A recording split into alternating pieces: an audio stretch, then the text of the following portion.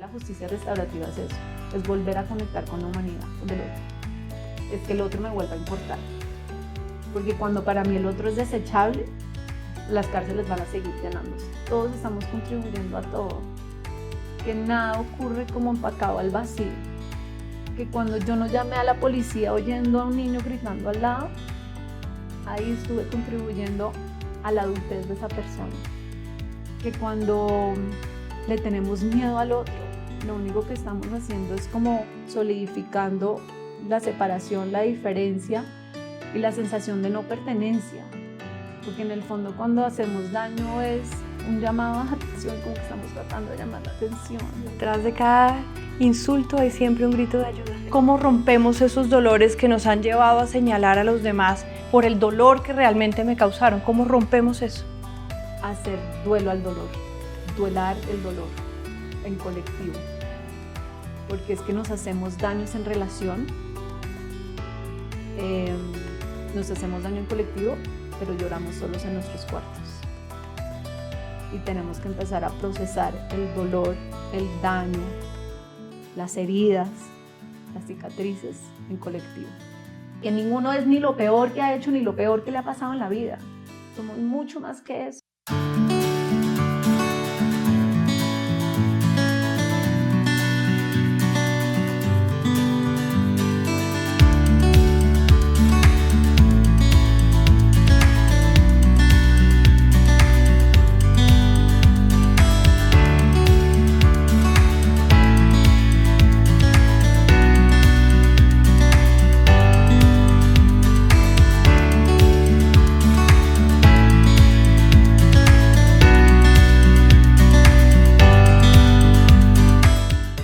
Hay momentos en la vida en que parece que todo se acaba. Hay momentos en que uno dice, llegó el principio del fin. ¿Qué pasaría si en esos momentos recordáramos que tenemos el poder de volver a lanzar los dados? Volver a lanzar los dados el día que parece el principio del fin. Las palabras no son mías, las palabras son de mi maravillosa invitada de hoy, Ana Hurtado, aquí en Almas Luminosas. Este podcast creado para traer a Dios a la tierra, a lo concreto, verlo, ya sabes, todos los domingos 7 de la noche, pones la campanita, suscríbete y síguenos. Pero bueno, ¿quién es esta increíble invitada que nos dijo esas palabras tan sabias? Ana Hurtado, bienvenidísima y cuéntanos por favor quién eres. Ay, divina, gracias. Pues empiezo diciendo que esas palabras tampoco son mías, son de mi papá. Mira. Y que en su momento me dijo así, palabras así como, Chiqui, se vale volver a botar los dados. Sí, se vale volver a botar los dados. Y fue un permiso muy importante de recibir especialmente de mi padre. Bueno, ¿quién soy? Soy una persona que como que una convencida en que se puede volver a empezar 1001 veces, como que se puede uno transformar, que soy una persona que cree que no vinimos a nada más, aparte de venir a conocernos enteritos, como saber de qué está hecha nuestra sopa, que es una metáfora que yo uso, ¿no? Y como que de qué está hecha mi sopa interna, y es importante saber si echaron el pollo antes que la papa y cuánto tiempo, así como conocernos a tal nivel de, como desde ese lugar de conciencia, como empezar como a movernos en espiral y como pasar de un nivel a otro desde un lugar de, me puede estar pasando lo mismo, pero yo estoy parada en un lugar distinto. ¿Quién más soy? Soy una persona que era bailarina y después estudió administración y finanzas en un momento que no sabía qué más estudiar y que estuvo en el mundo corporativo 14 años y que a raíz de una crisis muy profunda y muchos años de terapia, decidí volver a lanzar los dados y decidí terminar como cerrando vida acá en Colombia y me fui a California a hacer una maestría en psicología del Oriente y del Occidente y estando allá como que se fue revelando mi quehacer en la vida y el lugar que debía ocupar, porque yo siento que al final todo esto que digo como la importancia de conocernos es para que ocupemos el lugar que nos corresponde, que todos en nuestra única e irrepetible esencia somos necesarios para ocupar un lugar específico. Bueno, ¿y cómo hace uno para saber ese lugar específico? La tarea. ¿Cómo se hace esa tarea? ¿Tú qué la has hecho? Ay, yo creo que hace poquito hablaba que la importancia de esperar a que el alma lo alcance. Yo andaba en un afán muy impresionante. Así, yo fui al Club de las Aceleradas y estoy todavía en proceso de rehabilitación. Sí. Pero bueno, háblame, Pero cuéntame. sí, pero es que literalmente es rehabilitarse, porque es como desde un lugar de qué pasa si incluyo más bien la contemplación en mi vida, qué pasa si incluyo como una velocidad mucho más lenta a la velocidad que vaya nuestra alma. Yo creo que el alma va a un andar lento, entonces siento que andar como unas gallinitas currucuteando por la vida, siento que no va uno a la velocidad del alma, porque no creo que el alma ande rápido. Entonces, pues, ¿cómo se sabe qué ocupar el lugar en la vida? Yo creo que escuchar el alma y hacerse las preguntas que muchos a veces no nos hacemos, ¿Qué ¿no? preguntas, por ejemplo? Como por ejemplo, si quiero tener hijos o no. Como por ejemplo, en el momento que uno toma la decisión de qué estudiar, tomárselo mucho más a la ligera y saber que uno está estudiando lo que le gusta estudiar y muy probablemente no tiene nada que ver con lo que termina uno haciendo en la vida, por ejemplo. Hacerse preguntas como quién soy, que pone mi vida a vibrar, dónde me siento viva, cuáles son mis dones, cuáles son mis regalos y dónde se encuentran con las necesidades del mundo. ¿Sabes? Como con preguntas así, preguntas existenciales. Yo en mis espacios terapéuticos, porque también soy terapeuta en sesiones individuales, yo le llamo eso alquimia del alma y sanación filosófica. Y yo siento que esa sanación filosófica viene de hacerse esas preguntas grandes de la vida, como verdad, ¿quién soy? ¿Y a qué vine?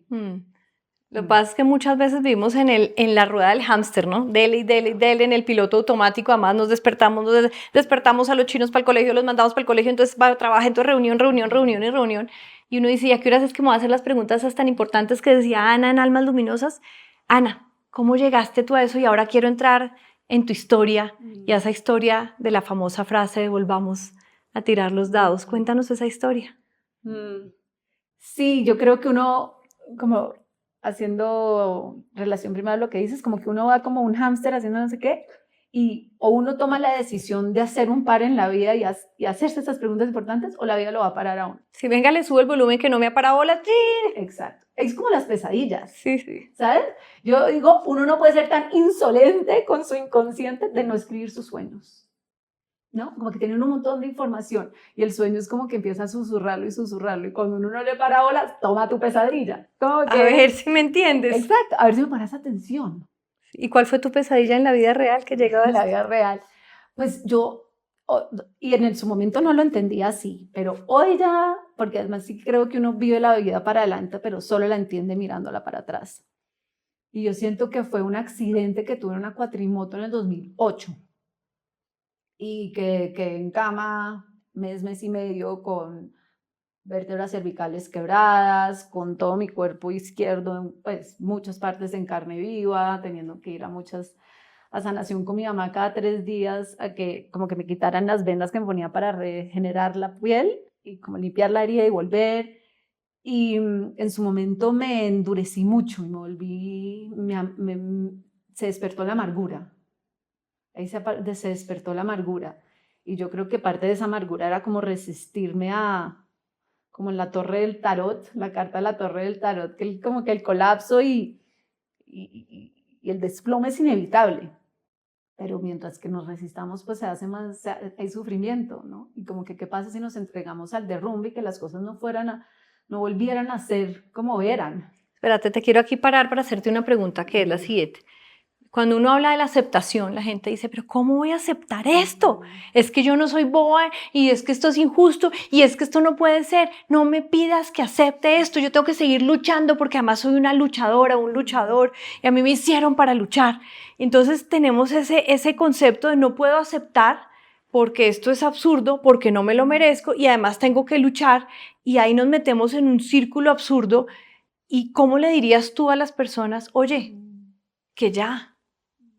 que ya, o sea, ¿cómo les decimos? No, yo les explico la diferencia entre aceptación y resignación, que son dos cosas diferentes, pero quiero que a la luz de tu historia nos cuentes. Pues yo creo que fue como entregarme a lo que era.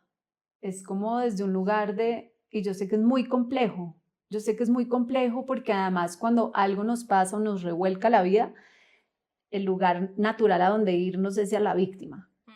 Y a la víctima, hablemoslo como víctima, como el arquetipo de la víctima, ¿sí? Como la energía universal que nos atañe a todos, ¿sí?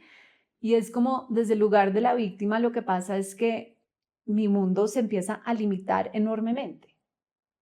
Porque cuando yo estoy en el lugar de la víctima, como que el mundo me empieza a deber.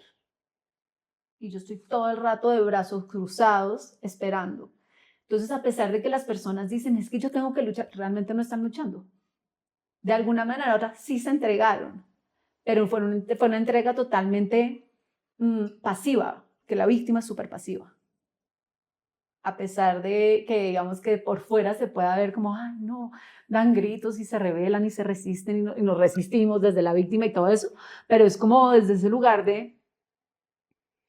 pues como que la rendición es activa, no pasiva. Es como un poquito, yo siento que esa rendición de la que hablas, como que entrégate, esto es lo que hay, como que esto es, y no es bueno ni malo.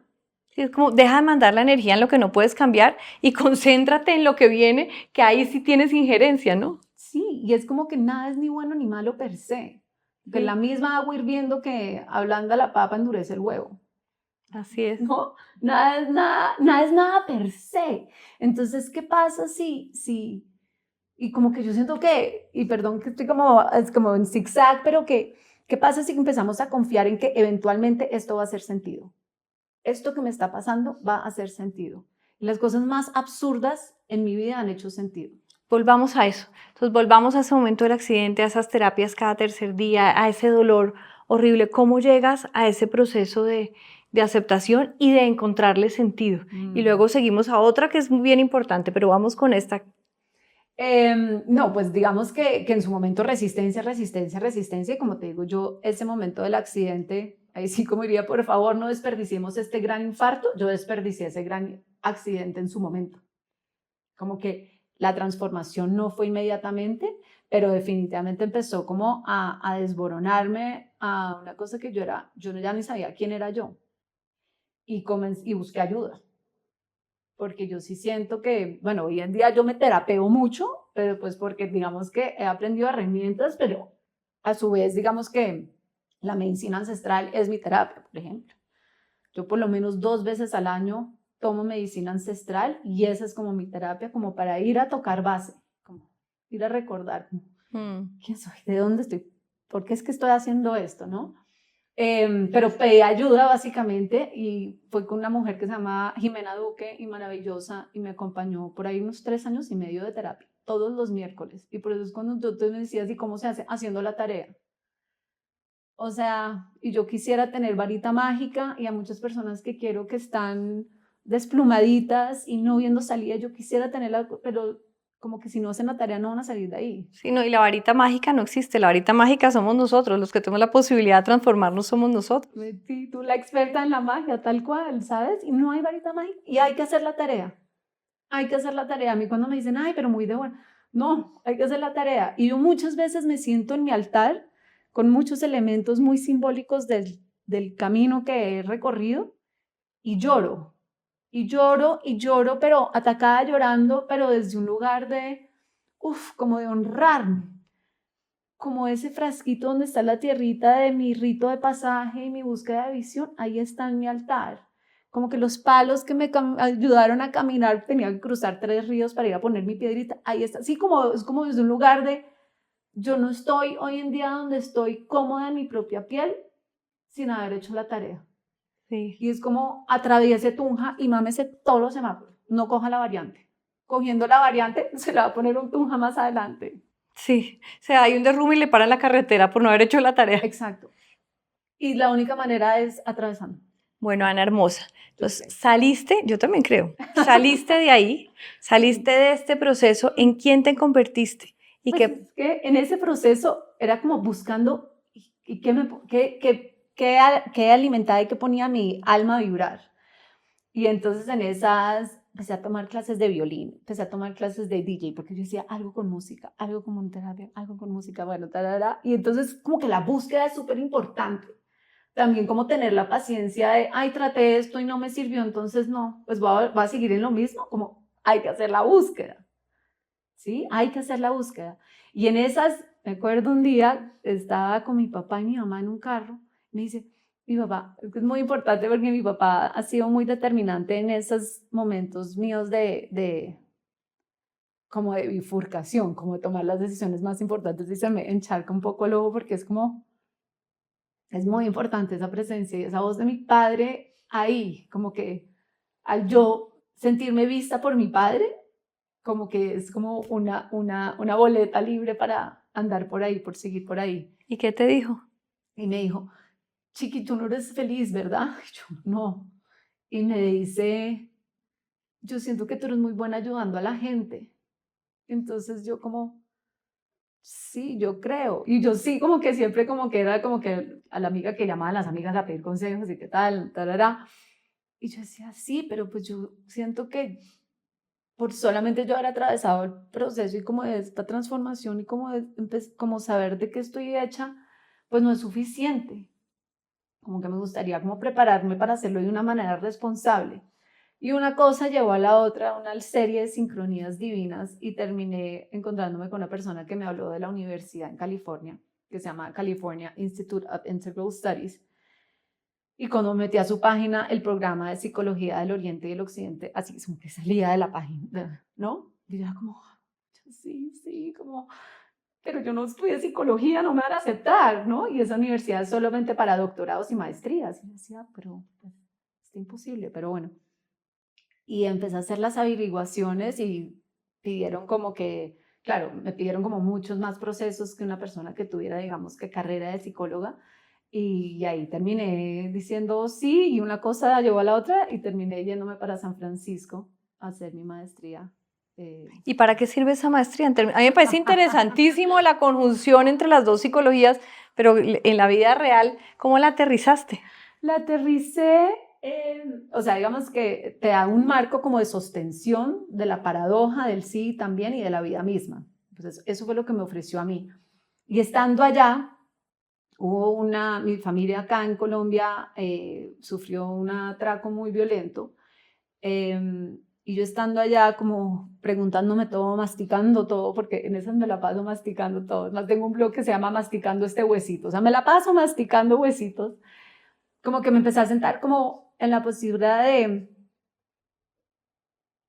de qué manera desde mi privilegio he contribuido a perpetuar la desigualdad y la inequidad social en Colombia. Para, que esto es muy importante. O sea, estás en Estados Unidos, sí. Hay un atraco horrible a tu familia y tú en vez de decir, ¿y por qué atracaron? Y esto es terrible, y mi familia, y están bien, dijiste, ¿qué llevó a estos señores a cometer un atraco? ¿Y de qué manera yo y mi familia y nosotros perpetuamos esas injusticias sociales que terminan en esto? ¿Te estoy entendiendo bien?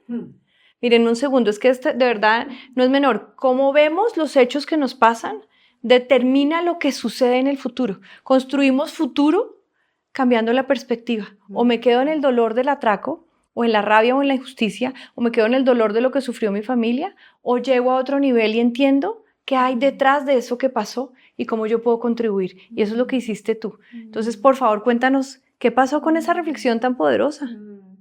Hubo más reflexiones y, ojo, y tengo que hacer la claridad, y esto no es un tema de justificar, que nada justifica que nadie le haga daño a otra persona. Por supuesto. ¿No? Pero es el contexto y como es importante contextualizar. Entonces, como que primero empecé a masticar ese huesito, otro era como, pues en este sistema de justicia punitivo en el que, pues, si los atrapan y los meten a la cárcel, pues a mí no me va a ayudar a sanar. Como que quiero decir que se me llenaron un pedacito de mi alma con ellos, ¿no? Y lo otro era como desde un lugar de, como conectando con la parte visceral y humana, yo logro entender en estas horribles condiciones en el que el Estado es ausente en la mitad o mayoría del país, entiendo que yo me sienta con derecho de quitarte a ti. Como que lo logro entender. Desde el punto de vista humano. Sí, no es una justificación, no es una defensa, pero Lo logro entender. puedo entender que alguien pueda pensar esto. Sí, como, yo sí. Entonces, masticando esto, y es divino porque es que la vida es divina, porque es llena de sincronías, y yo andaba como con esto, y ofrecieron una clase en mi universidad de un fin de semana que se llama Justicia Restaurativa y Prácticas para la Paz. Yo, bueno, ni idea que es justicia restaurativa, pero prácticas para la paz súper bien, porque además ya se había firmado el acuerdo de paz acá en Colombia. Entonces yo dije, no, súper bien. Y llegué y no, fue divino porque fue como, ay, lo que mi alma está necesitando y comprendiendo y masticando tiene nombre y es la justicia restaurativa. Es como sí, y también, que de hecho así es como se va a llamar el libro que estoy escribiendo. ¿Qué es la justicia restaurativa para quienes no saben qué es? Bueno, muy brevemente, yo siento que la manera más fácil de entender la justicia restaurativa es comparándola con la retributiva, que es la que conocemos, ¿verdad? Entonces, en la retributiva, que es la que conocemos, alguien hace un daño y lo primero es quién lo hizo, qué ley rompió y cuál es el castigo que le impongo. La justicia restaurativa pregunta quién sufrió el daño. Entonces, si es la una es como quién lo hizo y el otro es quién fue la víctima. En la retributiva, la víctima nunca nadie le pregunta, nadie la atiende, nunca nada, ¿no? Entonces, ¿quién lo sufrió? ¿Cuáles son sus necesidades? Y esas necesidades se tienen que convertir en las obligaciones del otro. Y así se restaura, y así se Se repara. restaura, y así se repara. Ok, entonces volvamos otra vez. Entonces viene el atraco, vienen estas reflexiones tuyas, ¿y qué pasa? ¿Cuál es la acción que tomas? Llega a la clase y yo como, oh, Dios mío, ¿qué es esta clase? Y entonces yo pregunté y yo no sé qué participé más que nunca nadie en mi vida. Y a los 2 meses, Sonia Shah, que era la profesora y que tenía una ONG en California que se llama The Ahimsa Collective, me invita a los 2 meses, me dice, me escribes de la nada, ¿qué vas a hacer este fin de semana? Y yo, no sé, me dice, ¿quieres venir a un entrenamiento para dictar un programa en cárceles? Y yo, de una. Y entonces me fui y eran 2 días por fuera como aprendiendo y no sé qué, y como que uno masticara su propia contradicción y sus propios como sesgos de, ¿y por qué entonces ahora vamos a entrar a la cárcel y les vamos a abrazar a todos? Como, ¿por qué? ¿Sí? Como todos esos sesgos y como el permiso de poder navegar como la resistencia interna, y los segundos 2 días eran en la cárcel.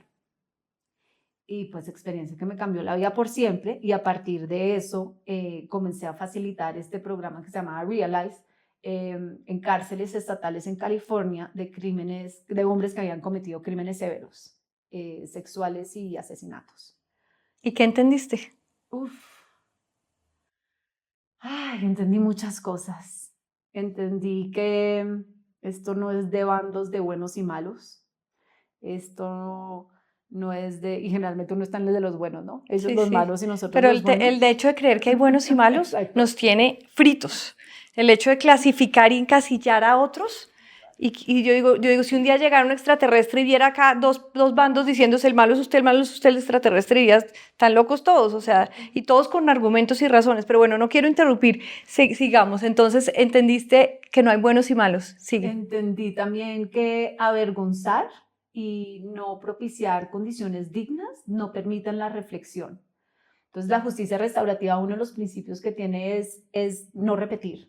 Pero si yo no puedo reflexionar sobre mi vida y las condiciones y las circunstancias que me llevaron a tomar esa pésima decisión, yo no me puedo comprometer con que no lo vuelva a repetir. ¿Mm? Claro. Es como, el otro día le decía a un amigo, es como uno va con un morral y entra a un anticuario, una cristalería, y de repente, ay, pucha, se rompió eso, ay, se rompió esto. Mientras que yo no me doy cuenta que soy yo con mi morral tumbando de las cosas sin darme cuenta, pues yo voy a seguir rompiendo todo. Entonces en esos grupos era como sentarnos a, ¿qué pasó en tu vida? ¿Quién eres tú? ¿Cómo aprendiste sobre la sexualidad? ¿Qué es consentimiento para ti? ¿Alguna historia, obviamente sin nombres, que puedas contar acá que tú al oír esa historia hubieras entendido, hubieras hecho como un momento wow que pues puedas compartir? Uy, fueron muchas, pero hay una y es tremendo como el contexto nos da, como tú decías, como enfatizas como no hay buenos ni malos y como que todos estamos, y es lo más polémico que yo puedo decir, pero todos somos capaces de hacer todo. Claro. Nos ha faltado circunstancias y justificaciones y convicciones, pero todos somos capaces de hacer todo. Y mientras que yo no haga las paces con eso, yo no voy a tener espacio para tus errores. Claro, pero uno se le pregunta a un papá, ¿usted mataría por defender a su hijo? Claro. Entonces en ti está el potencial de matar, por amor, por defensa. Entramos en otro tipo de consideraciones, pero en todos está el potencial infinito del amor y el potencial infinito de hacer daño. Exacto. Como yo diría, todos podemos ser Madre Teresa de Calcuta o Hitler. ¿Y entonces cuál fue la historia? Y entonces, como que todos estos contextos, entonces uno, por ejemplo, cuando uno dice, no, es que yo aprendí, yo fui abusado por mi tío en el ático y me obligaba a ver porno y no sé qué, y entonces pues violó a 3 mujeres, uno dice como, uff, pucha, nada justifica absolutamente nada. Ojo, esto es súper importante. Esto no es justificar nada, pero el contexto es supremamente importante. Pero entonces hay unos contextos más obvios de alguna manera que otros. Un hombre blanco en Estados Unidos me dijo, yo lo hice porque pude. Y yo dije, obvio, usted como hombre blanco en Estados Unidos está en un país absolutamente racista en el que a usted le dicen que usted puede hacer un poquito más, pasarse la raya. Se puede pasar 3 pueblos y no tiene consecuencias. Y otra persona no. Entonces es como desde ese lugar de, pucha, incluso eso hay contexto. ¿Sí? Entonces como que de pronto te comparto esta anécdota puntualmente porque es más fácil hacer las paces con contextos más obvios y más claro. Sufrió este daño, entonces hizo este daño, ¿no? Y como dicen en inglés, hurt people, ¿no? Las personas que han sufrido daño van a hacer daño, sí. Pero las personas que han sanado, sanan también. Entonces es como desde un lugar de, incluso lo no obvio, es como porque pude. Y poder tener espacio y que el otro tenga espacio para seguir recibiendo su propia humanidad. Porque al final la justicia restaurativa es eso, es volver a conectar con la humanidad del otro. Es que el otro me vuelva a importar. Porque cuando para mí el otro es desechable, las cárceles van a seguir llenándose. Pues es que las mayores masacres de la humanidad han sido cuando deshumanizamos a las personas. O sea, no son personas, son ratas, son cerdos, son serpientes. Tenemos derecho de matarles, quitamos la humanidad y nos volvemos los que tenemos derecho de limpiar. Que ahí nos volvemos los peores asesinos, esta raza humana que nos falta tanto por aprender. Pero volvamos a ti, volvamos a la historia. Entonces entras a las cárceles, empiezas a conocer esas historias, empiezas a entender todos estos contextos. ¿Y qué pasa después? ¿Y qué pasa después? Pues duró 1 año y medio más haciendo esto en Estados Unidos y como con una sensación de, sí, como que hacía mucho sentido y como que yo siento que ese trabajo le agregó una capa de significado a mi existencia. Como que yo creo que eso fue lo que se rompió y como que se acomodó en mí, como tiene sentido existir. Pero como que al final pues era otro país y pues Colombia si algo necesita es como restauración, reparación y entonces bueno, me regresé a Colombia por una serie de cosas y al final es como pues cuando he tenido la oportunidad de trabajar acá en territorios donde en este momento hay reincorporados de las FARC y víctimas y fuerza pública y gobernaciones locales, es como la piedrita que faltaba en este como círculo completo, se completó acá. Y ya, es que este es mi territorio, esta es mi guerra, este es mi trauma. Estas son las heridas para sanar, ¿sí? Y como que yo veo cuando de repente llega un suizo aterrizado como un ninja a un proceso, y yo desde el escritorio, no, el papel todo lo aguanta y desde el escritorio todo lo aguanta. Pero ser tocado por esta historia hace mucho sentido. Entonces, pues hoy en día trabajo acá en Colombia, sí, como en procesos restaurativos. Estuve involucrada puntualmente con uno de la JEP de los falsos positivos del Catatumbo y de Soacha, como en ese proceso, acompañando a las víctimas y a los responsables, a los comparecientes, como en ese proceso de ¿Y qué has entendido tú que no entendemos los que, si bien no somos suizos, de repente estamos juzgando al mundo desde un escritorio? Ay, que es que todos estamos contribuyendo a todo, que nada ocurre como empacado al vacío, que cuando yo no llamé a la policía oyendo a un niño gritando al lado, ahí estuve contribuyendo a la adultez de esa persona. Que cuando le tenemos miedo al otro, lo único que estamos haciendo es como solidificando la separación, la diferencia y la sensación de no pertenencia. Porque en el fondo cuando hacemos daño es un llamado a atención, es como que estamos tratando de llamar la atención. Detrás de cada insulto hay siempre un grito de ayuda. Exactamente, exactamente. Entonces es como desde un lugar de, oh, pucha, que el otro nos empiece a importar. Y yo cuando cuento lo que hago, no, yo sí me da súper mal en los primeros dates, no, cuando me dicen, yo digo, "Ay, yo voy a empezar a decir que vendo finca raíz y hago cupcakes porque termino hablando de Bukele en un date. Y yo, ay, no, no dependiendo, ¿no? La humanidad, ¿y por qué las cárceles no sirven? No, güey, madre, pero bueno. Pero si estuviera en tus manos, hagamos de cuenta que estamos aquí en un date y este date sí le interesa el país y el futuro y las futuras generaciones. Si estuviera en tus manos, ¿qué harías tú para cambiar a Colombia? Ufa.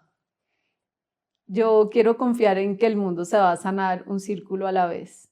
Y cuando digo un círculo a la vez, un círculo a la palabra a la vez, que tiene horizontalidad, en el que no hay expertos, en el que todos estamos en la misma condición de dar y de recibir, en el que todos y todas y todes nos vemos, en el que nos hablamos y compartimos y escuchamos desde el corazón. ¿Y cómo se hace eso? Eso suena precioso. ¿Cómo se hace eso? Como la metodología. Lo que quieras decir, si yo te digo, yo soy el genio de Aladino y te voy a poner a ti para que soluciones aquí mucho del futuro de Colombia. Tú dices, listo, pero toca un círculo a la vez. ¿Cómo se hace ese primer círculo? Yo siento con muchas voces, ¿sí? Como que el círculo contenga la multiplicidad de verdades. ¿Cómo se hace eso? Poniendo un altar, un símbolo, un centro simbólico en el centro, haciendo acuerdos. Pasan utilizando un tótem de la palabra para empezarnos a escuchar y no interrumpirnos, para empezarnos a escuchar, para comprender y no para responder, en el que todos estamos en el mismo nivel, que no es de bandos, no es de buenos, no es de malos, no es de expertos, no es el que sabe y el que no sabe es que venga yo le digo lo que usted tiene que hacer, ¿no? Nos creemos expertos en la vida del otro, ¿sí? Y es como desde ese lugar, como esa esencia del círculo de la palabra es lo que a mí me mueve la tripa diciendo como que es desde ahí que se sana. Desde una escucha abierta, ¿sí? Sin juicio. Sí. Y ahora te hago otra pregunta más ahí, o sea, si alguien viene de ser víctima de la guerrilla y otro fue víctima de los paras y otro es víctima de lo que sea, falso positivo, y el otro es víctima de no sé quién más, y cada uno está en su dolor y los sentamos juntos, ¿cómo rompemos esos dolores que nos han llevado a señalar a los demás por el dolor que realmente me causaron? ¿Cómo rompemos eso? Pues lo que nos conecta es el dolor. ¿Cómo lo harías? Hacer duelo al dolor, duelar el dolor en colectivo, porque es que nos hacemos daños en relación, nos hacemos daño en colectivo, pero lloramos solos en nuestros cuartos. Y tenemos que empezar a procesar el dolor, el daño, las heridas, las cicatrices en colectivo. Tenemos que dejar de asumir que, ay, como la persona que le hizo daño fue igual a mí, de pronto fue igual, como asumimos que todo el mundo de la pandemia me fue más o menos igual. Dejemos de asumir y empezamos a escuchar el dolor del otro y que tengamos espacio interno, capacidad interna para recibir al otro en su profundo dolor, porque al final es lo que nos conecta y nos conecta al profundo amor y nos conecta a la profunda imperfección y nos conecta la paradoja, que es que nadie es víctima ni victimario. Es más, la justicia restaurativa busca quitar esos rótulos, ¿no? Y entonces empieza como, porque es que yo hoy a las 8 de la mañana fui víctima y a las 10 fui victimaria y sí, todo el rato, o sea, no es un rol estático. Entonces, ¿cómo podemos empezar como a llenarnos de dignidad? Es como con dignidad, con amorcito, con escucha, con presencia, que uno va sanando. Y yo lo he visto, ¿sí? A mí la gente, pero la gente sí cambia, pero una persona que hizo esto, Sí. Sí, la gente sí cambia. De hecho, el cerebro humano es maleable hasta los 92 años, ¿no? El que el loro viejo no aprende a hablar es porque no quiere hablar. Claro que podemos cambiar hasta los 92 años, lo dice la ciencia. Entonces, sí, la gente sí cambia, sí, la gente quiere cambiar. Y si además proveemos un ambiente, un contexto, un entorno y herramientas, la gente cambia. El entorno es supremamente importante. Mira, yo tengo un amigo que conocí estando en la cárcel y me decía, yo después de la segunda sesión me quería salir del programa, porque yo ya no sabía cómo era ser humano frente a otros humanos. Entonces en la cárcel lo tratan uno como animales, uno empieza a comportarse como animal. Entonces era como absolutamente vulnerable. Tengo todo el respeto por esos hombres que entraban a este círculo y a este programa y como que les toca dejar como toda la caparazón que les tienen que poner para sobrevivir en una cárcel y volver a ponerse y exponerse ahí y como permitir ser vistos y permitir ser abrazados, porque es que no hay nada más vulnerable que la tristeza, no hay nada más vulnerable que el miedo. Y yo le tengo miedo al mundo, ¿no? Un mundo que les ha fallado, un mundo que nos ha fallado, pero hay gente que le ha fallado mucho más el mundo. Y es como que ya más, ¿quieres que yo confíe en ti? ¿Que cuente lo peor que hice? Y sí, porque ninguno es ni lo peor que ha hecho ni lo peor que le ha pasado en la vida. Somos mucho más que eso. Sí, no somos eso. No somos No eso. somos nunca lo que nos ha pasado. No. No somos nunca las circunstancias que nos han rodeado. No somos nunca las reacciones que hemos tenido. Somos mucho más que eso. Exacto. Y por eso empieza uno como a decir, como, no, no es ladrón, robó. Sí. No, no es violador, violó. Sí. No ¿Sí? somos No los somos hechos. las acciones. No somos las acciones. Hermosa Ana, nos quedan pocos minutos, pero no quiero dejar de aprovecharte para que nos traigas, nos entregues un mensaje a los colombianos sobre pequeñas acciones cotidianas que podamos hacer. Que si cada día hacemos una, al final de aquí a un año hemos hecho 365 y en 2 habremos hecho casi 800. Entonces, ¿cuáles son esas pequeñas acciones y ese mensaje que tú nos quisieras dejar para que nos movamos, para que no sigamos atrapados en la rueda del hámster, en el automático, en el trabajar y seguir en zombie, para que empecemos a despertar y de verdad a poner eso, que si todos ponemos, todos ganamos? Que hagan la tarea, y la tarea es empezar a restaurar las partes rotas que están dentro de ellos mismos. Empezamos en casa. Porque es muy jodido restaurar al otro si yo tengo partes que no estoy mirando, ¿sí? Es como si tuviera partes de mí que están dentro de la cárcel. Es como que, no, sí, a las personas que están en la cárcel no las vemos, pero siguen permeándonos, siguen permeando todo. La basura termina en el mar, sigue siendo parte. La basura es como, yo saqué la bolsita y ya no está, no se esfumó. Sí. Está ocupando lugar en otro lugar, ¿no? Entonces, como que desde ese lugar de empezar a ver las partes que han sido marginadas, censuradas, invisibilizadas, empezando con nosotros mismos. ¿Y cómo lo harías? Si porfa, háblanos del proceso que tú guías, háblanos de tu libro, porfa, ¿cómo se hace eso? Bueno, pues, ¿cómo se hace? Con terapia. Sí. Yo siento que es con terapia realmente, y bueno, pues yo soy terapeuta, así que pues estos servicios se ofrecen como terapeuta. No, es que, ¿sabes qué, Caro? Yo creo que tú me has hecho preguntas y yo, pucha, ¿cómo respondo eso? Es que no hay una ABC, Caro. Y la justicia restaurativa, yo creo que por eso tiene tantos detractores. Porque no hay un ABC, no hay un manual. Pero es que no hay un manual para nada en la vida. No. Pero cuando yo te pregunto pero es para que tu corazón responda. Sí, pero en la retributiva sí, porque es como, esta es la ley, este es el castigo, listo. En la restaurativa es como, depende. ¿Y qué necesitas para sanar? ¿Y cuáles son tus necesidades profundas? ¿Y qué se rompió ahí, además de una ley? Se rompió la confianza en el mundo, se rompió la confianza de salir a las 8 de la noche de tu casa. Se rompió, ¿qué se rompió? Como es que toca descubrir qué rompimos y qué tenemos roto. ¿Dónde te encuentra la gente?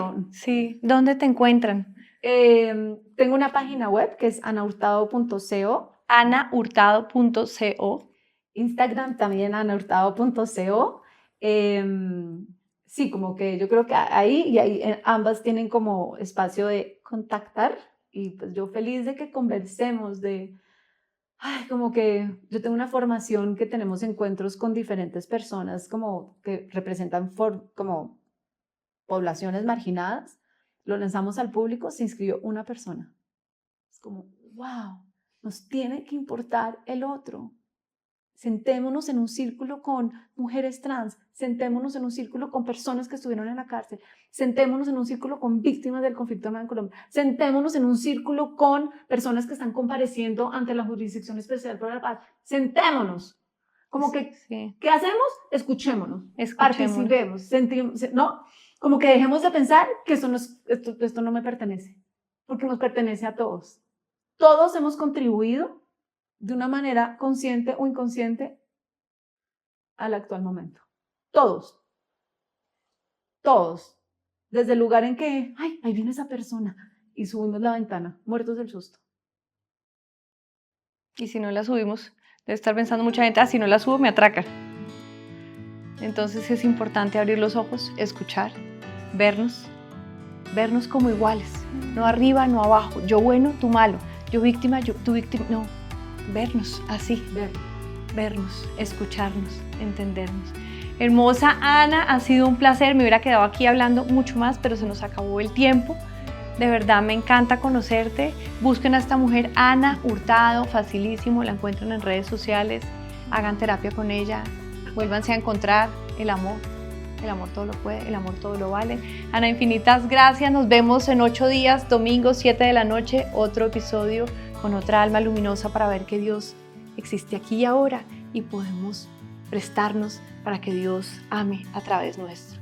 Muchas gracias.